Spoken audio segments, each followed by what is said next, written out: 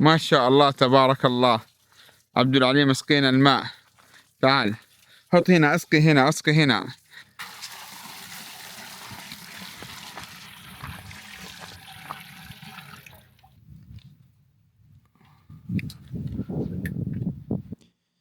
Do you feel that there is sometimes a barrier between you and good deeds? You want to pray Qiyamul Layl, you want to pray Fajr in the Jama'ah, but you're not able to. You want to fast, but you're not able to stay consistent. You want to memorize the Quran, but you keep giving up after a while. You start learning a book of ilm, but you're not able to continue and be consistent. If this is you, then I want you to listen to this passage by Imam Ibn al-Qayyim rahimahullah in his book Al-Fawa'id, for it is truly profound.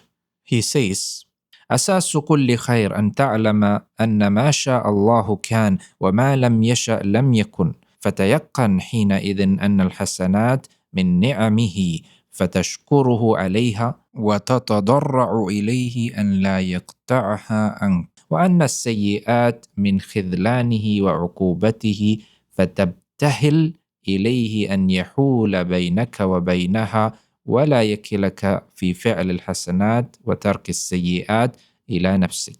The foundation of all goodness is to know that what Allah wills comes to pass and what He does not will does not happen. Once you are certain of this, you will realize that good deeds are from His blessings. So you thank Him for them and humbly ask Him not to cut them off from you. As for bad deeds, they are from His abandonment and punishment. So you plead with Him to keep them away from you and not leave you to yourself in performing good deeds and avoiding sins. What does this mean? This means that Allah chooses whom He wants to stand in front of Him in Qiyamul Layl. He chooses whom He wants to pray Fajr in the congregation, to fast, to memorize, to learn, to seek knowledge. And He does not choose everyone. When the Prophet ﷺ wanted to set out for the battle of Tabuk, some of the munafiqun, they made excuses and stayed behind.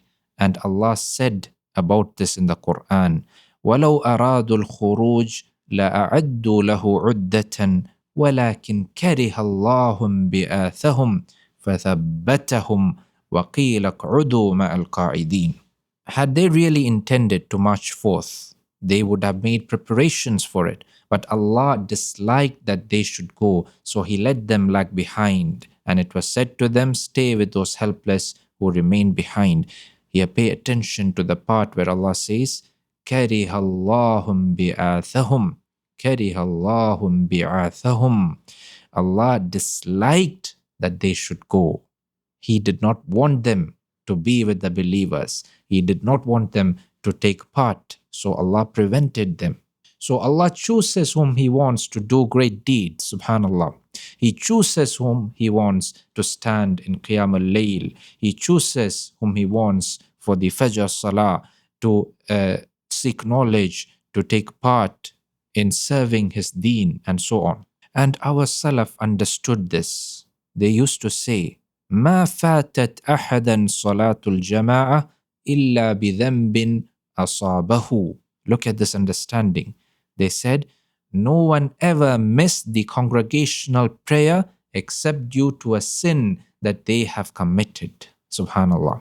And they used to see missing even one salah as a calamity because they felt this way. They felt that Allah did not want them to take part in the salah and in this ajr. قال حاتم الأصم فاتتني الصلاة في الجماعة فعزاني أبو إسحاق البخاري وحده ولو مات لي ولد لعزاني أكثر من 10,000 لأن مصيبة الدين أحون عند الناس من مصيبة الدنيا. He says, I missed the congregational prayer and only Abu Ishaq al-Bukhari consoled me.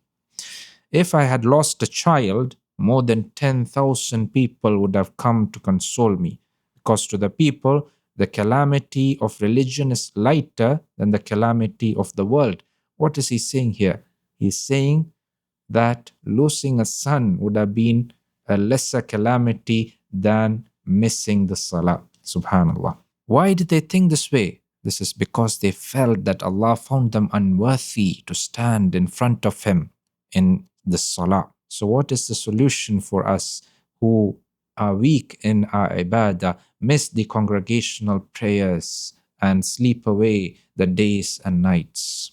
Imam Ibn al-Qayyim continues, فإذا كان كل خير فأصله التوفيق وهو بيد الله لا بيد العبد فمفتاحه الدعاء والافتقار وصدق اللجأ والرغبة والرهبة إليه فمتى أعطى العبد هذا المفتاح فقد أراد أن يفتح له ومتى أضله عن المفتاح بقي باب الخير مرتجا دونه.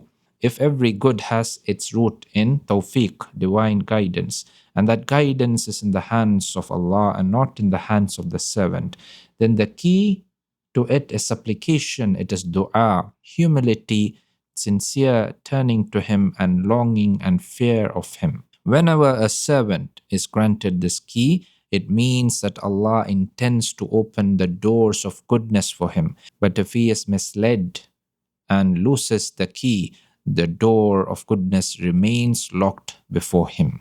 Meaning that if Allah wants good for you, you are granted the key to all khair, which is dua, which is sincere supplication. If you are sincere in your dua, it will open the doors of goodness for you. If you understand this, you will realize that you have no part in your good deeds. They are simply tawfiq from Allah Azza wa Jal. And if you find yourself blocked, then make sincere tawbah and ask Allah to grant you the tawfiq to do good deeds. And never be proud of the deeds you have done. May Allah grant us tawfiq, and may He make the doing of khair easy for us. Assalamu alaikum wa rahmatullahi wa barakatuh.